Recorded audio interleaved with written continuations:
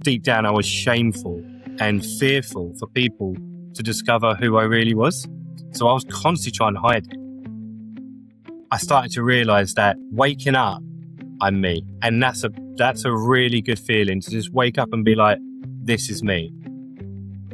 I don't know how to be trans because there is no rule book. I literally got a poster there of Beetlejuice. Yeah, it's one of my favourite films. And there is a handbook for the recently deceased in that movie. So I always assumed that once I transitioned, I would get the handbook for the recently transitioned. But what I did do, and what I've always learned to do, is hold the power. So I hold the power that I'm a transgender woman. I don't let anybody hold that power for me. Hello and welcome back to the queerest podcast telling the fiercest stories. This is Queer Talker. I'm Ben Cicchetti, and this week I am joined by multi-award-winning activist Adelle Barker. Adelle, welcome to Queer Talker. Thank you for adding in the multi bit. I love that. The fact that people do that. So yeah, multi-award-winning, and I've just got a few there. If you're watching this, you can see a few there. Just subtly behind you. They fell off my windowsill and just landed right there in the view of everybody. Yeah. Okay, well, I'm super excited about this recording. We've met each other a few times. We've hung out. I know it's going to be a great conversation. But we will start the way we always do with Queer Panic, which is a rapid-fire set of questions. You just respond with the first thing that comes to mind. Starting with, what was the first album you ever owned? Two come to mind. So I'm going to do two. I know it's rapid fire. I apologize, but it's two. First one, PJ and Duncan's Psych. Nice. Which for anybody born past 2001, is Ant and Dec. So I had their album first. But the other one that I always remember, and I listened to it non-stop, and this is when I should have known I was trans or something, was Mariah Carey's number ones. So she had all her number ones on one CD, and I used to listen to it. And the weird thing is my girlfriend at the time bought it for me. Should have been a sign. I also love the paradox of PJ and Duncan versus Mariah Carey, like slightly different vibes going on. Yeah, I was getting ready to rumble and give it my all at the same time. Okay, well, we'll keep it on the musical theme. If you had to lip sync for your life, Drag Race style, what song would you choose? Oh, easy. Murder on the Dance Floor by Sophie Ellis-Bextor. I mean, that is an absolute banger, right? When that comes on, I'm dancing down the aisles of Tesco's, in my house, anywhere. Love that song. I love it. It would be a vibe. I loved it before it got its resurgence as well. So I loved it back in the day. Now I love it even more now. I love that. Okay. What is your favorite queer movie or TV show? Well, I'm going to go back to the 90s. To Wong Fu, Thanks for Everything, Julie Newmar. It was a drag queen movie starring three action heroes: Patrick Swayze, Wesley Snipes, and John Leguizamo. It was quite a film that you watched as a child. And I'm like, wow, these guys look amazing. And then just some of the talks, some of the things in it now hold up. Some don't, but some really do. And it's something that I've even watched back now and gone, people could do better by watching this film and just listening to some of the dialogue in this. Yeah. Interesting. Well, I feel terrible because I've never seen it. So now I've got some homework and I'm going to have to go and check it out this weekend, I think. It's 90s camp. It's proper 90s camp. Yeah. I'm here for it. Yeah. Who is your ultimate queer icon? Really hard because it just, everyone's an icon to me. Right, literally anybody that's out there living authentically is an icon to me. But do you know who I picked? And I stuck with this because it really, Charlie Craigs. Love Charlie Craigs, and everything she says and everything she does and the way she just presents herself is absolutely amazing. And I'm so lucky I've got to know her as well. So I feel like they say like never meet your like celeb idols and that. I met Charlie Craigs and I'm so glad. And she's an icon. Especially for trans people. I agree. I completely agree. I think she's such an icon. I think the work she's done, I think what she brings to social media, I think her activism is incredible. So totally with you there. Exactly. Who is one person you would like to hear on this podcast? Ella Morgan. Yes. From Married at First Sight, Celebs Go Dating. Again, somebody I've met as well. She's just so. I love the things she says, and I love the way she sort of is unapologetic. So having her on a podcast is like that's where she could sort of thrive. Yeah, love her. I agree. Ella's an icon, and what she does, she's so unapologetically herself, but she's also so transparent and she's so open about everything that's going on with her. So I just love her, and I think, I will be sliding in her DMs to try and get her on the podcast. Final queer panic question: what is one word you would use to describe your childhood? Prologue. I love that. Mm. Okay, well, we can dig into that because as long-term listeners know, I kind of have this theory that to understand an LGBTQ person as an adult, you do first need to understand them as a young person. So you say prologue, which is very interesting. What should I know about you as a child or a teenager to understand the Adelle that now sits in front of me today? So younger Adele. I didn't transition till I was like 36. So young Adele was lost. She was confused, felt a bit of shame, but she just kind of like adapted as she went. So I always look back at myself and I think I adapted so much just to kind of get through life and get through the feelings and the confusion and the not understanding of like who I should be. So I just adapted to what I could. So it's almost like survival to a degree. Yeah. I didn't have a bad upbringing. It wasn't terrible. Do you know what I mean? If anything, it was just very normal, very basic. I just kind of autopiloted through life. But there were little things that I learned as I went of how to be me and who to be and how I can try and be me. And it kind of slowly unraveled. And I took little pieces along the lines until I got to the point where I was like, this is it now. I have to accept who I am. So, yeah. Yeah. And in that journey, do you remember, I often think about like the first exposure we have to LGBTQ plus people. And I often think about kind of the first like gay people that I saw on TV and that kind of like connection that I might have had to them. Mm-hmm. Do you remember the first LGBTQ plus person you became aware of, either in real life or through TV, movies and media? Yeah, so obviously growing up in Essex, I didn't really know many queer people, not many trans people, not many like gay people and such. It was more kind of just learning through the medium of TV and film. Yeah. So I was that kid that used to escape watching TV, watching film, do lots of writing, and used to write stories and stuff. So it was really interesting that I never really knew anybody, but I used to find things on TV and TV shows. Like, I grew up watching Eurotrash. So I would see queer life on Eurotrash and I'd be like, wow, okay, what is all this? But one that really stood out was Dana International, Eurovision, 1998. So she was representing Israel, I believe, and she won. And it was the first out transsexual person that I saw on TV and win. And that made me think, oh, wow, okay, that's a thing. That could happen. People do exist. Because I was always seeing things on TV and like the Eurotrash and the Ricky Lakes and the Maury Povich shows and the Jerry Springers of what a trans person was.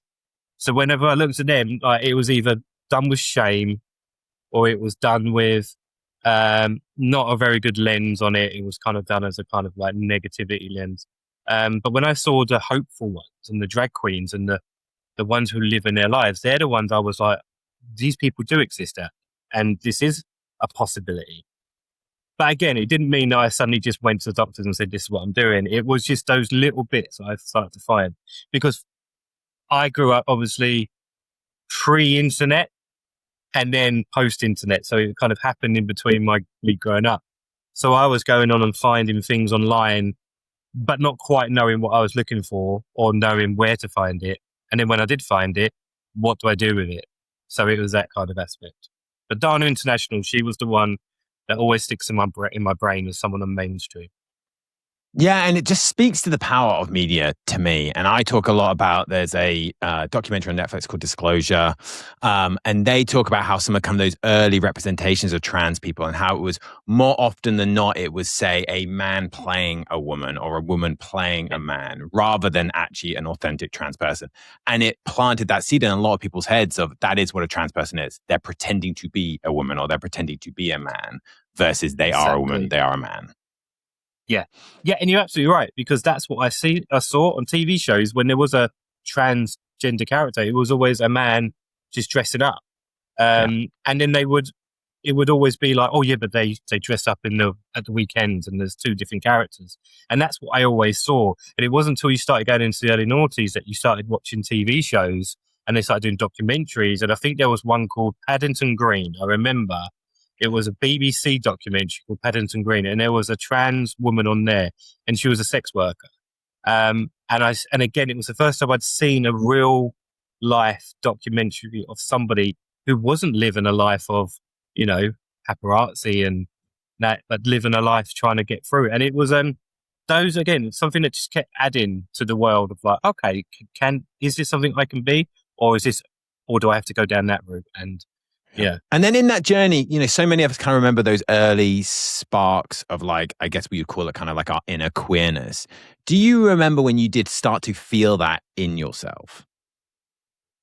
Yeah. And I think a lot of trans women will probably relate to this, but when you're in teens and that, it's the secret dressing up. It's the dressing up in private.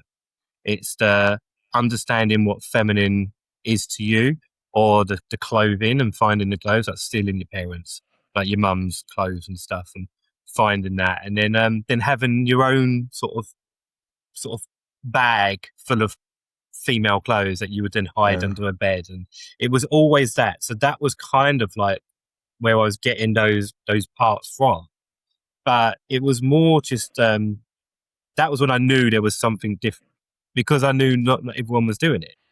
Because, then you start going online and then you start asking questions, you start to realize, oh, all my friends that go online are not looking this up. They're looking at other stuff. So I'm looking at this, and then it sort of goes into that. So you either then do the purge of getting rid of it all and then getting it all back again. Yeah. And you just it's just a vicious cycle of like embracing it, not embracing it, embracing it, not embracing it. And I suppose that's when I could really feel what you'd call the queerness of like, I'm going down the pub as a hetero male, having conversations about loads of stuff. And they don't know that I shaved my legs like before I come out. They don't know that, I've just wiped off loads of makeup before coming out. They don't know that I've set things up on my video recorder to record stuff which they wouldn't want to watch. Like Priscilla, Queen of the Desert, was on at like 1 a.m. I'd set that up. They wouldn't be setting that up. They'd be talking about Eurotrash, and they'd be, oh, did you see that? And they'd be talking about certain parts of it, but then I'd be looking at other parts. And it was just that kind of there. So that's maybe when I was aware of it, but it never really felt like it was something that I could embrace or understand. So it was always there, but I just didn't know what to do with it. And then when do you think it was that you started to feel like, I can embrace this? And then the part that I'm always super curious about is, I find myself drawn to people who are authentic, and we've obviously been at a few events together, and you are so authentic in everything you do, or at least that's my feeling or my impression of it. Like, you come across so authentically. When did you feel like, not only can I accept this and move forward this way, but then I can also be authentically myself and bring that authenticity to everything that I do? So I never knew I could be authentic. I think that's the thing. I never knew I could, because until you accept who you are and how you can live, you're never going to be authentic, right? So I would grow up, and obviously I had a partner who I married, and we were together, and we got a really good queer lifestyle, which I can mention that later. But we were kind of together at the same time, and we kind of went through it together. So she was almost like supporting me, but almost in a kind of just keeping me sane to a degree. Okay. But it was that sort of aspect of it. I was never authentic. During my 20s, I was always trying to put on a facade, adapting, trying to put on a character. So I'd be like a Jack the Lad, jokey type. Yeah. I mean, I love a joke. I'm quite a comical person, I find. but I'd make jokes all the time. I probably wasn't a nice person to a lot of people because I just didn't care because Yeah. I didn't care about myself and all that. So I was quite self-destructive. So I'd drink a lot, I'd go out and just get really drunk and eat bad things and all that stuff. Because deep down I was shameful and fearful for people to discover who I really was. So I was constantly trying to hide it. Because when you are sort of trans and you are online having secret accounts and trying to kind of learn who you are, people can find it. And people Yeah. do find it. And then I was always conscious that somebody was going to say something in the room and call me out. Yeah. And that was always my fear, that I was going to be called out in front of people I didn't want to know. So it was that aspect of where I never felt authentic, so I always felt like I was on edge. So when I finally come out and finally accepted it, after a few months of accepting it and being me, I started to realize that waking up, I'm me. And that's a really good feeling to just wake up and be like, this is me. Like, I don't have to pretend today. I don't have to pretend anymore. I can just be me and carry on. And that's where my authenticity sort of comes in, because now I'm unapologetically me. I overshare, I overtalk, I overthink, I over everything. And I think that's it. So yeah, authenticity is something you don't know you've got until you've got it. And once you have it, it is pretty blissful.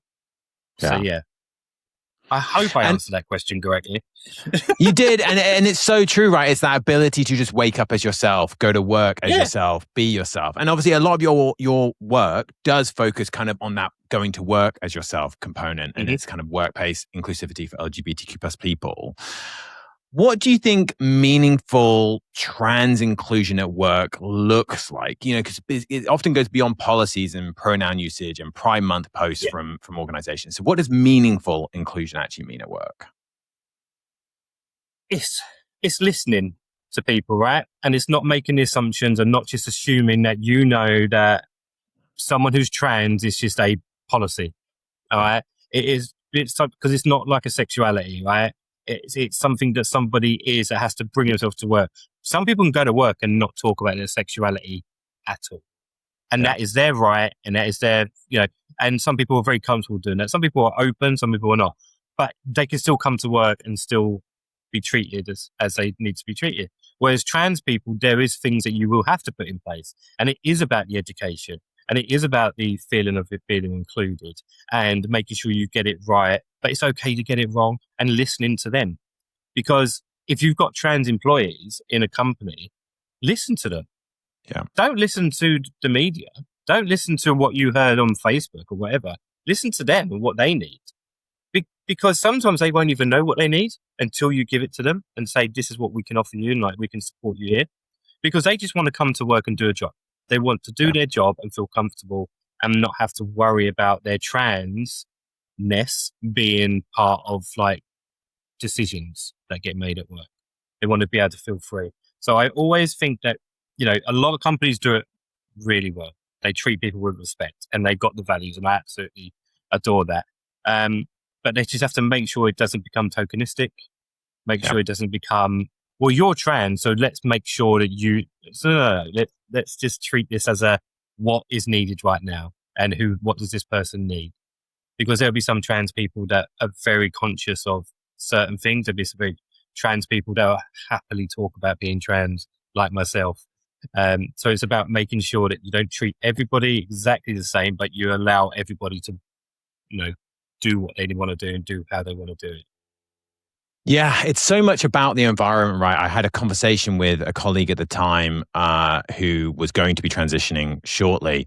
And she was saying how she felt she needed to leave the workplace to transition because she said she couldn't quite imagine going home one day as how people have understood them to be and then coming back, sometime later as her true authentic self. And so it's about creating those environments. And that's such a shame to me. I don't know if that's something you've heard where people do feel the need, like they need to change jobs, change offices so they can come back authentic.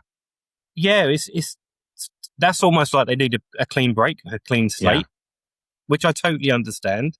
Out of the previous jobs I've had, I could probably look back at a few of them and say, oh, I would never have come out in that job.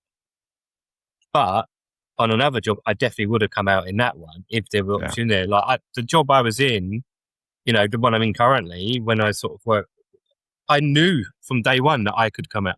The minute I made that decision, I knew this was a place I could transition because I knew I had the right support and I knew it was a good place to do it and I knew that they would support me and they really had. So it was that kind of aspect. But you're right, there'll be a lot of people that don't have that and there'll be certain companies that don't quite make that clear. Not because they don't want to, it's just that they don't know the education. Depends how big or small the company is, I suppose, what type of jobs it is. Yeah. Yeah, for sure. And I think one of the things I've loved about kind of getting to know you is you have this incredible newsletter, I Don't Know How to Be Trans. And so for people listening who may be earlier in their journeys, what do you wish people understood about kind of from reading and listening, kind of the messy, uncertain, sometimes chaotic process of becoming your true self? Firstly, embrace it. Yeah. Literally embrace it, right?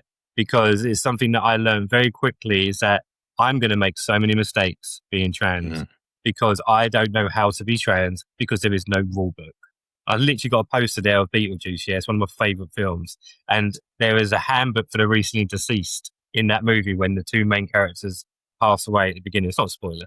And they get this handbook for the afterlife and how to be a dead person. So I always assumed that once I transitioned, I would get the handbook for the recently transitioned just appear. And I'd be like, right, I need to follow A, B, C, D, and this is my instructions. And there's none of that. There's none of that at all. You have to go with your gut instinct and your just sort of way of feeling and get things wrong. Baby trans people, they will agree, they will make so many mistakes with their makeup if they're like trans women and femme, right? They will make mistakes with it. They will wear the wrong clothing, let them go through the era of, the really awkward teenage years, I call it, and I keep saying to people, one of these days I will pull off the look of Cher Horowitz from Clueless. One of these days I will get that right. Okay. Cause that's who I kind of envision, but it's that aspect. So whenever I talk about, I don't know how to be trans, it's not being detrimental to me. It's saying to everybody, because how am I supposed to be the trans person that everybody expects me to be? So I don't know how to be that trans person. I can only be me. So why don't we learn together? Why don't we sort of like, if I share my experience and my lived experience and my journey, you can kind of start to pick little things in it and how you do it. No trans person is the same as the next trans person. I've met so many transgender people. I've met so many non-binary people. I've met so many people that have transitioned from years and years ago and newbies and baby trans, as they call them. And, we've all got different stories. We've all got different ways that we've dealt with things. And I like to just kind of open up my world and just say, this is what I'm doing and this is what I've learned. And look, guess what? At the end of it, I still don't know how to be trans, but I know how to be me. Yeah. But that's so true, Ryan. It's so important for people to realize that you don't have to get everything right and you can't possibly get everything right. But for you in your journey, was there a moment where you realized, I don't have to have everything figured out before I can start just living authentically? Yeah, it was quite early on because I'm quite a chaotic person when it comes to things. And it was very early on that the minute I decided to come out as trans, and the thing is, I didn't do what a lot of people can do is like come out to one person and take your time. Oh no, I just put a post up on Facebook, just told everybody. Do you know what I mean? People that had no idea. And I was just like, that's it. So that's literally the way I did it. I exploded. And then I was then literally spent the next year picking up the pieces around from there. But what I did do and what I've always learned to do is hold the power. So I hold the power that I'm a transgender woman. I don't let anybody hold that power for me because I'm the person that can own it. So maybe the reason I come out so explosively and visibly and publicly was to own that element of, I can't have people talking about me that I don't know. So, because I think I lived with that for 36 years or thinking, who knows, who doesn't know, what knows. Whereas now I'm like, no, they know I'm trans. And if they don't know I'm trans, it's going to be a nice surprise for them when they see me. And I'm not going to apologize for it. But you know how social media works. You know how Facebook works. You know how people you went to school with works and how they can look at one thing and go, oh, did you hear about so-and-so? They're now so-and-so. That's literally, I did the work for them. So now they can talk about it and go, oh, did you see what Adele put on? And they're like, who's Adele? Oh, Adele used to be. And then there you go. And it's that kind of aspect. And I still live in Essex, so I still live and I still bump into people. And what's been nice is that since being so open and public about it, people have reached out to me and then started trying, like, I've got kind of like good connections with people that I lost connections with years ago. So it's been quite nice. Nice. It is amazing those, it's such a huge moment for any LGBTQ plus person when they come out. It's something we actually do constantly. People think there's a kind of one big coming out. You're doing it constantly in different ways. But I too, when I kind of came out as publicly as I could, I had people who reached out to me afterwards to say, I wish you had told me, like, even though they understood it wasn't the right time, they wanted to know the real me and they wanted to know the full me. And they almost felt, not cheated because that makes it sound negative on them, but they felt like they had missed out on the opportunity to know the full you. And it's lovely to hear that you had those people reaching out saying, touching base with you, reconnecting with you. That's special, right? Yeah. And people did like say that. Why didn't you tell me? Probably more family members than anyone. Sorry. Yeah. But it was the aspects of like, why didn't you tell me? And I said, look, it wasn't really my place to say right then and there. I had to make that choice when I was doing it, and I just did it because it was do or die. It was I had to do something. But no, I don't owe my transition to anyone. Right? My transition's my transition. But me being so open about it, in a way, I didn't decide to suddenly start documenting it. It was kind of almost a happy accident. I did a post. And then it got a lot of traction, and then people started asking questions, and then I just did another post because I've always done writing, always since a kid. I've always written things. I've always done stuff like podcasting. Before I transitioned, I used to do hundreds of podcasts, like back in the day where you used to record into a potato or something. Right? It was like early days of podcast, not like this lovely setup. I was recording. Terrible sound and everything was horrible. But I used to do that. And then I used to like do radio shows. And I was like always somebody that liked to talk and share things and make people laugh and feel seen and heard. So when I started writing, it was like, I'm just going to write authentically now. I'm just going to write like me. And I'm going to write stuff. Some of it's going to be, engaging. Some of it's not.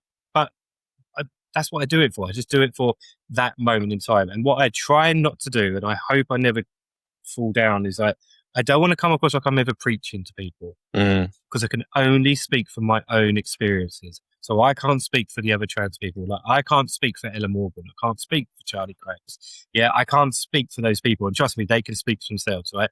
It is that aspect of I can only speak from my lived experience. And I understand that my environment, my privilege, my setup, everything is going to be completely different. So I love learning. I love educating people, but I love being educated myself. So yeah, it's that aspect there where I try and think like that's what I want to do. Yeah. And I think about, going back to what we were having a conversation about kind of the workplace and kind of the role that kind of companies and employers have. Kind of in the current climate, do you think employers have the opportunity or maybe have a bigger responsibility to actively stand up for trans people and especially trans employees? Like, Sky clearly is doing that, right? We were at the Rainbow Honors, the team won an award. It was incredible. It's amazing to see an organization the size and kind of prominence of Sky being so loudly and proudly kind of representing their employee base. Is that important rather than kind of what we do see also is a lot of companies kind of quietly supporting but kind of on the sidelines? Yeah, it's hard, isn't it? If you'd asked this question 6 years ago, you would have got a completely different answer, right? Yeah. Because 6 years ago, companies would have had a different attitude to it. Now, it's difficult. Companies have to be very conscious on what they can do and what they can't do. Now, obviously, I can only speak from my sort of place. And like you said, obviously working with Sky, it's not Sky's responsibility to do everything, right? They are a workplace. They do what they do and they're a big company. But what I will tell people is that companies have employee networks. Okay. Yeah. Most companies have employee networks. They are so vital and important to creating a community of people within the company, across the company, to work together and to support and get the right messages out there. So yeah, Rainbow Honors recently, Sky Network that I'm a part of, won LGBT Network of the Year. They also won the Diva Network of the Year, and also won British Diversity Awards. So that's like 4 in a row, right? It's absolutely insane. 3 or 4 in a row. It's like so good that they're getting the plaudits for it, because I look at that network of people and I just think these are people that come to work and do their day job. Yeah. But they're also volunteering their time to make life so much better and easier for everyone. And then the company can take things from that and be like, yeah, this is an inclusive environment. So I was on a panel recently and I said, employee networks are like a company give you a house. They say, here's your house, go decorate it how you want. You just have a few rules. Don't break the house. Don't demolish it. Don't sell it. Don't do anything that's going to be detrimental to the house. But whatever you do with that house is down to you. And that's how we treat the employee network. And it is, some companies can give a big house, some give a little small house, some give a caravan, whatever. But it's that aspect of what we do with that. So if we want to go and paint the walls, we paint the walls. If we want to invite and have parties and want to invite around. If we just want to sit in the kitchen and watch Deal or No Deal like my nan used to do, that's what we do, right? It's that aspect of giving you something for us to work with. So, yeah, companies do have a responsibility to look after their employees.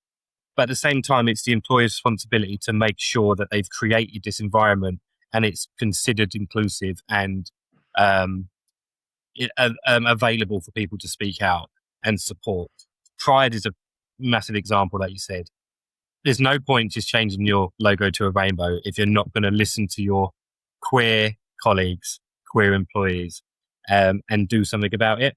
So it is nice to see companies actually step up and just actually talk and do the right thing.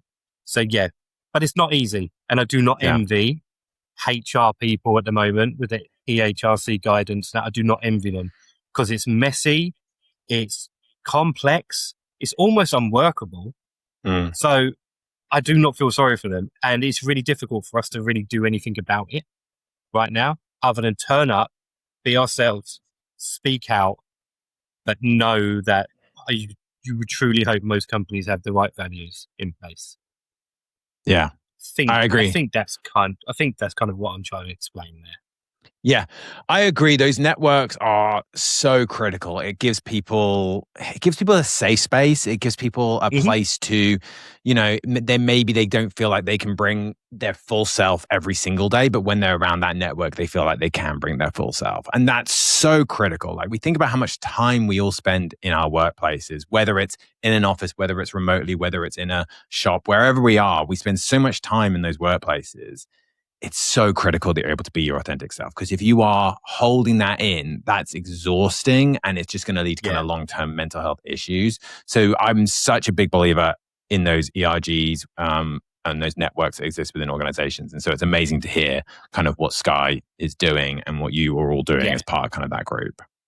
Exactly. And like, again, Sky's a massive company. And again, I can't speak for a company. I can only speak for myself. Right? That is there. But I see the networks, the multicultural networks, the parent and carers networks, the armed force networks, the women of Sky networks. And I see all the work they do. And it fascinates me. I think it's absolutely amazing. And it makes me feel good. But one thing as well, my friend Ian Tomney Bell, absolute legend, we call him the One ITV. He said the other day about that bring your whole self to work. And he said he doesn't use that. He uses bring your most audacious self to work. And I was like, oh, that's interesting. Because he's like, you do have to kind of understand how much you have to bring yourself to work to almost to protect your mental health and your inner peace. And I was like, oh, that's an interesting way. Because I've never really looked at it from that perspective. But then again, when somebody is working in D&I and belonging and that, he knows what he's talking about. So I'm all for that. Yeah. I love that. And kind of we've touched on is one of the things that you've become as this kind of incredibly visible individual and powerful individual for people to kind of see doing incredible work. And visibility obviously can be powerful, but it also can come with a lot of pressure. How do you balance being visible for others whilst protecting yourself and your family life and your joy? I probably don't look after myself as much as I should. Really, if I'm being completely honest, like if it's been a whirlwind 5 years, okay. But I'm very good at having breaks. I am very good at, I always tell people my favorite hobby is laying down. Love it. I love laying down. It's one of my favorites, right? I mean, more people should do it. Lay down. Just lay down. It's so nice. So I do, and I probably make myself look a lot busier than I actually am in certain aspects. Like people feel like, "Yo, God, you're everywhere doing." I was like, "Yeah, but you didn't see what I did at the weekend. I literally did not move. I just laid on the sofa watching films and watching TV and parenting my kids and whatever." I was like, "That is literally how to do it." So I do understand that my visibility, I don't owe it to anybody. I don't owe it. Like, people don't have control over my visibility. But I do enjoy kind of just reminding people what I'm doing and where I'm doing it. And because I never had it when I was a kid. I never had it when I was younger. So I feel like if I am helping that one person, two people, I'm not looking at millions. I'm not Lady Gaga. Do you know what I mean? I'm just looking at, if a few people can go, oh, do you know what? She has kids. She's got a job. She loves laying down. She's not a gym goer. She don't go to the gym. She eats bad foods all the time. She loves writing and she loves going to the cinema. Like I said, I'm doing all this stuff in my day and I do like sleeping. I'm very good at sleeping as well. So is that understanding that I do feel like I owe it to myself to be visible. I owe it to my younger self. I owe it to the people out there that don't have visibility. But I do put boundaries in. Right, you're going to go lay down, Adele. It's time to lay down. It's time not to doom scroll. Put that phone down. It's time to put on that TV show that you've been, not watching. You know what I mean? Let's do that. So it's kind of clawing back from there. And then obviously, I've got a day-to-day job. Yeah. So I've got to do my job as well, which keeps me busy as well. So I think people forget that. Do you know what I mean? My job isn't in DE&I. I'm not out there. Which I have to remind myself of when I talk to other people and we go to these awards and they're all winning awards and stuff. And they're like, winning awards. And I actually looked at someone, I said, you won an award for your job. I was like, that's pretty cool. I was like, I love the fact you won an award for actually doing your job. So you're being paid and getting to it. I said, I get an award. And they said, yeah, but you get an award for being you. And I was like, well, yeah, I'll take that. I do enjoy that part of it. I was like, maybe I've just trumped you on that. But no, but it is that kind of aspect. And that's what fascinates me is like, I'm just doing me. And if people like it, fine. If people don't like it, that's fine as well. I'm an avocado. I'm acquired taste. I love that. And look, you mentioned your younger self, and that's obviously how we started this conversation. We started talking about your younger self. So I want to end the podcast talking about your younger self as well. If you could give your younger self one piece of advice, what would it be? And would it be different if I just said, what advice would you offer to young LGBTQIA plus people today? So it would be different. And the reason it's different is because my younger self would be growing up in the 90s, early 90s. So I'd want to give them advice for that moment in time. The advice I'd probably give myself back then is keep asking questions about things because it is something that, you're on the right track. I always used to say that I wasn't ready to transition back then. It wasn't the right time, wasn't the right environment, wasn't the right, just the timing. So I do get that and I understand that. So don't be too hard on yourself, but keep asking questions, keep educating yourself, just looking at little bits and pieces. Don't be too hard on yourself. But advice to a young LGBTQ plus person right now, it would be like trust your instincts because there's too much noise going on out there of people telling you that you're wrong and you don't exist and you shouldn't be thinking this way or you shouldn't be following that. Trust your instinct. You know who you are better than Barry from Scunthorpe, who's written a Twitter post about something, right? You know who you are. Trust your instinct. Trust that how you're feeling and how you feel like you need to keep going. Trust that's the right thing because I guarantee 99.999% of the time, you are absolutely right. So yeah, trust your instinct and bet on yourself. Yeah. Bet on yourself. Trust yourself. Like you are the one person that has control over your own destiny and who you are. I think that's amazing advice. Adelle, thank you so much for being on Queer Talker, but also thank you so much for being such a ray of light. I often go to these events, and I'm often at these events solo because I'm a podcaster and it's just me. And you are always someone I can look to and just see a friendly smile, a friendly face, and someone who's always so welcoming and bringing me into those circles. So I really appreciate everything you've done for me personally and making me feel welcome. I appreciate all the incredible work you do and that Sky does for the community. And just generally, thank you so much for being on the podcast with me today. Well, thank you for having me. And I'm glad that I give that ray of sunshine or whatever it is to people, because you're absolutely right. I just like seeing people. I like chatting to people, and I want people to feel welcome. So, yeah, come to me. If anybody's listening or watching and you're at an event and you see me, come and say hi. Like, literally, you will not regret it, because we were son-to-be besties and we'll be chatting all night and it will be great fun.